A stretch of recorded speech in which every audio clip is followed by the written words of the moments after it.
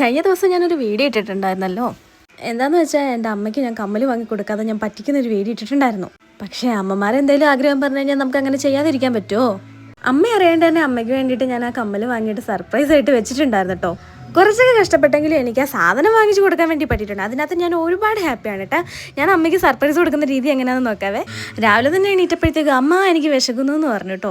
പക്ഷെ ഞാൻ അതിനു മുന്നേ അമ്മ ഉണ്ടാക്കിയത് ദോശയ്ക്കകത്ത് ഞാൻ ആ കമ്മലെടുത്ത് വെച്ചിട്ടുണ്ടായിരുന്നു. അമ്മ കാണാണ്ട് കുറച്ച് റിസ്ക് ഒക്കെ ആയിരുന്നെങ്കിലും കുഴപ്പമില്ല, ഞാനത് സെറ്റ് ചെയ്തു. പക്ഷേ അത് കിട്ടിയപ്പോഴത്തേക്ക് അവരുടെ മുഖത്ത് സന്തോഷം കണ്ടില്ലേ, നമുക്ക് അതൊക്കെ പോരെയും. അമ്മയെ ഞാൻ ആ സമയത്ത് വിഷമിപ്പിച്ചിട്ടുണ്ടായിരുന്നെങ്കിൽ ഇപ്പോഴെനിക്ക് ഈ മുഖത്ത് സന്തോഷം കാണുമ്പം എനിക്ക് നല്ല സന്തോഷമുണ്ട് കേട്ടോ.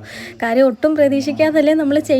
പ്രതീക്ഷിച്ച് വാങ്ങിക്കൊടുക്കുന്നതിലും നല്ലത് കുറച്ചൊക്കെ സർപ്രൈസൊക്കെ ഇങ്ങനെ വീട്ടുകാർക്കൊക്കെ കൊടുക്കണം. നമ്മളെ കൊണ്ട് ഒരുപാട് വലുതൊന്നും ചെയ്യാൻ പറ്റില്ലെങ്കിലും ഉള്ള കാലത്തോളം അവർക്ക് പറ്റുന്ന കാര്യങ്ങളൊക്കെ ചെയ്തു കൊടുക്കുക കേട്ടോ. ഞാനിപ്പോൾ പഠിച്ചൊരു കാര്യം എന്ന് വെച്ച് കഴിഞ്ഞാൽ അവരെ എങ്ങനെയെങ്കിലും ഹാപ്പിയാക്കുക. എൻ്റെ അച്ഛനും അമ്മയെ എങ്ങനെയെങ്കിലും ഹാപ്പിയാക്കുക, അവരുടെ മുഖത്ത് ചിരി കാണുക. അതാണ് ഞാനിപ്പോൾ ആഗ്രഹിക്കുന്നത്. അപ്പോൾ എല്ലാവർക്കും ഇങ്ങനെയൊക്കെ ചെയ്യാൻ പറ്റട്ടെ എന്ന് ഞാൻ പ്രാർത്ഥിക്കുന്നു കേട്ടോ. അപ്പോൾ ഇത്രയേ ഉള്ളൂ ഇന്നത്തെ വീഡിയോ. Tata bye bye.